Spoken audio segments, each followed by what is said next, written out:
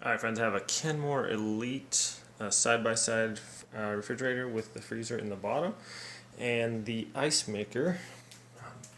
Well, first of all, we had a leak, and for this one, the ice line where the water goes in for the ice is this line right here. So when it was trying to make ice, we'd hear this, little normal noise, but it was a little bit different. And it was actually, the water was just spraying out of here. So because this just isn't, it's basically a little rubber piece that pushes in there, and it's not very tight. So my line on the inside froze over, and so when it was trying to put water into the ice maker, water was just spraying out here, and it got in my molding, it soaked up into there, so I had to pull it out. So this is a fix on how to stop your ice maker from freezing over. So this is what I did. Freezer here in the bottom, and in the back there, right above the well, I'll point to it if I can, that hole coming out the back, under that's where the water comes out, and there's that little trough there that it's going into.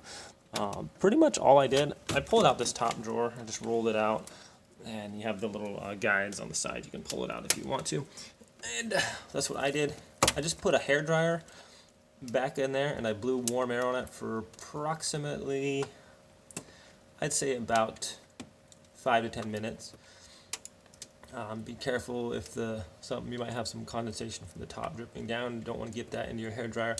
But I thought I was going to have to take everything apart. I basically just directed the hot air up into that back corner and melted. You might want to put a towel down here in the bottom so it'll soak up any of the excess water that comes down. And that fixed it. That's all I did. Let the hairdryer run for about 5 to 10 minutes. Try to get the air up into that back hole a little bit. Just kind of aim it towards that back corner.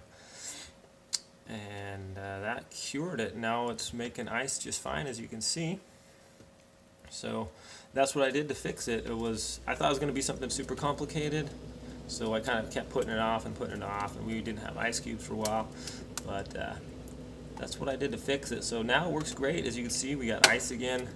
And just kind of keep an eye on it. Maybe if your line freezes over like that, you definitely don't want to wait, and don't want it leaking out the back so it ruins or has a bunch of water coming out. So that's what I did to fix it. Hope this helps you guys, and we'll see you next time.